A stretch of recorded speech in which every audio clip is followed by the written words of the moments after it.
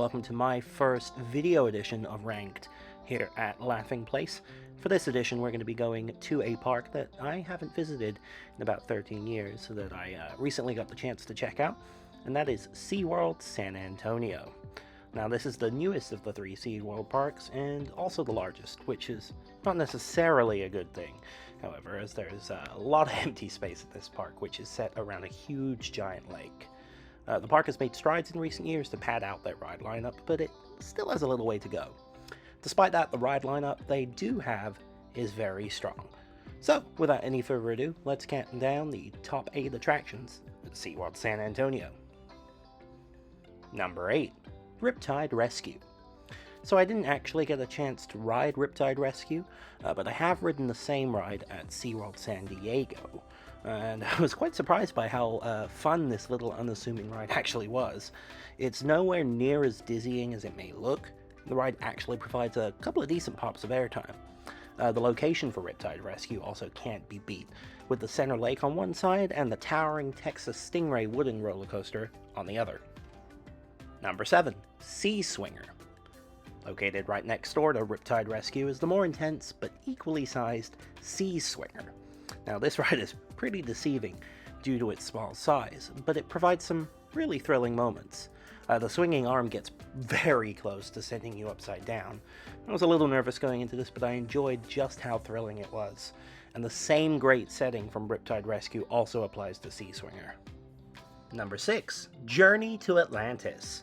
Now, the third version of Journey to Atlantis to be built, which is the one at SeaWorld San Antonio, is also the most basic.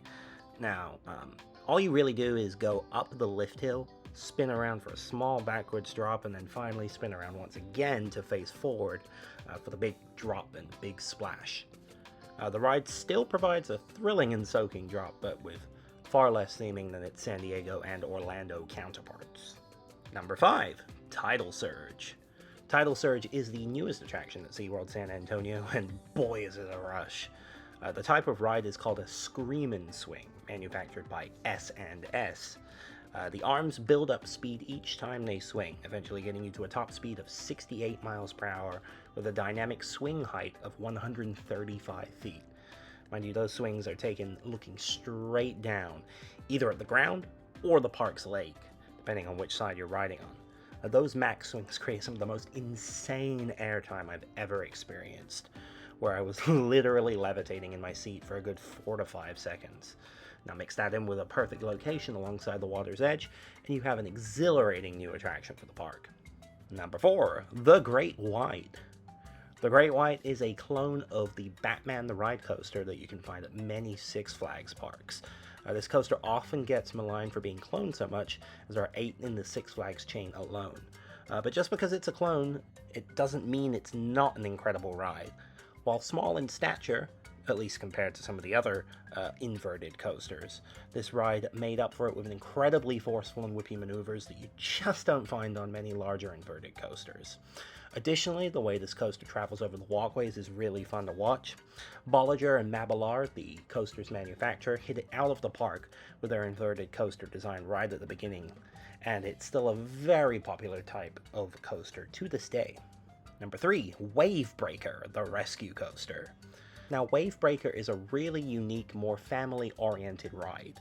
Themed around SeaWorld's animal rescue efforts, this launch coaster starts with a somewhat themed pre-launch section before blasting riders into the layout, which sprawls over and near the lake in the middle of the park. The setting elevates what would be a rather mundane launch coaster into a far more unique one. Also, you're sitting in seats designed to look and feel like a jet ski, which really adds another fun element to the ride.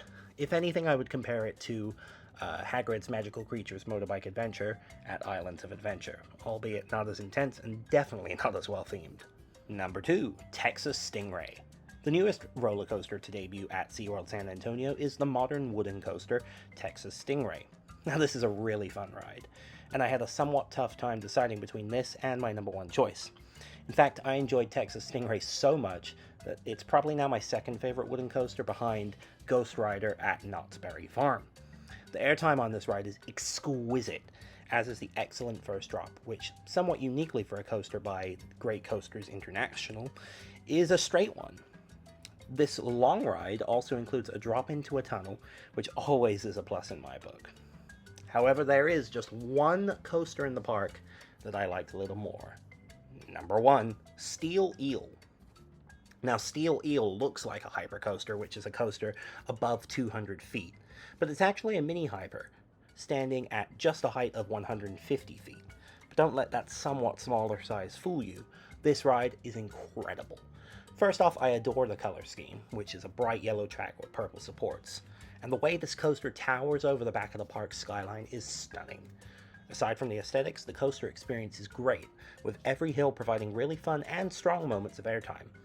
Add to that a great feeling of speed and beautiful views of the San Antonio area, and you have yourself a winner. I hope you all enjoyed my ranking of the top 8 attractions at SeaWorld San Antonio. Stay tuned for more ranked articles and videos here on Laughing Place.